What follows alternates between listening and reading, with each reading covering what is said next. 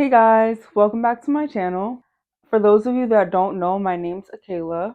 I've been extensively researching natural hair for about 10 years. That being said, I put a lot of emphasis on length retention and just like the overall health and like the scientific makeup of natural hair. I'm very passionate about it. The information that I picked up along the way has proven to be so valuable.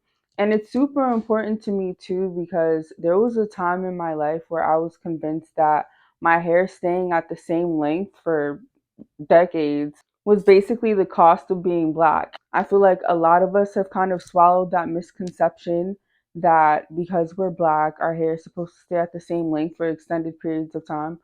But that's not true at all whatsoever. And I'm here to, squash that misconception. So let's jump right in then. Your hair is always growing. Unless you have a condition, I guarantee you your hair is growing. The real issue comes down to making sure that your ends aren't breaking off faster than your hair is going. So then that brings us to, how do we prevent breakage? Tight hairstyles is what sometimes causes issues like alopecia, in particular, traction alopecia. I bring this up because I feel like a lot of people in our community, we normalize handling our hair very rough. Like we don't even realize we handle it rough. And when it comes to having the naturally driest and kinkiest hair in the world, you want to make sure that you're very gentle with your hair. I started being more gentle with my hair after learning along the way, and it paid off so much. Low manipulation styles are the solution to avoiding tight hairstyles. Basically, styles that don't put too much tension on your scalp, styles that don't stretch your hair to its breaking point. It's so important to make sure that we moisturize our hair on a regular basis. Afro kinky type 4 hair is the kinkiest, driest hair in the world. Nothing wrong with that. Just like plants vary, hair varies, and that's one of the variations. When it comes to kinky Afro hair, the way that the structure is set up, there's like it's like a micro curl. So there's like tons of twists and turns. At every twist and turn is a weak point. Sebum, which is our hair's natural oil, has a hard time traveling down the hair shaft. Therefore, the sebum only gets to like a certain point and it kind of stops. It doesn't travel all the way down the hair shaft like straighter hair. And our lipid structure is naturally less than hair of other races, which puts emphasis on the fact that we need to do more moisturizing, lubricating, all that good stuff. So the way that our hair is shaped is why it's so prone to tangling and knotting and breaking, basically. Keeping your hair moisturized keeps the strands nice and elastic. Elasticity is very important for natural hair.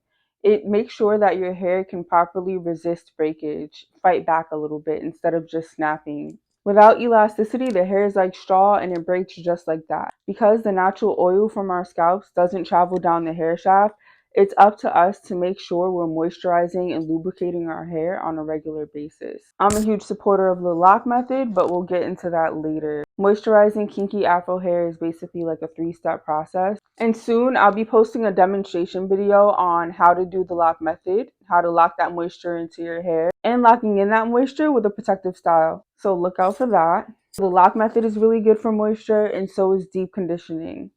You do not want to miss out on deep conditioning treatments. To miss out on deep conditioning treatments is cheating your hair of vitamins and the strength that it needs to make it throughout the month, to be honest. So going back to protecting our ends, right? Protective styling is integral. It's so important. To be honest, the majority of the time, you'll catch me in twists. I'm protective styling like 90% of the time.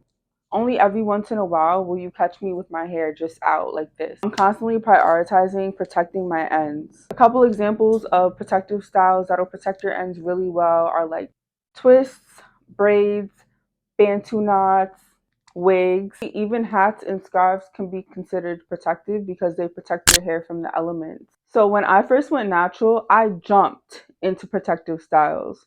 Okay, I had twists in like that. I was not playing any games at all whatsoever.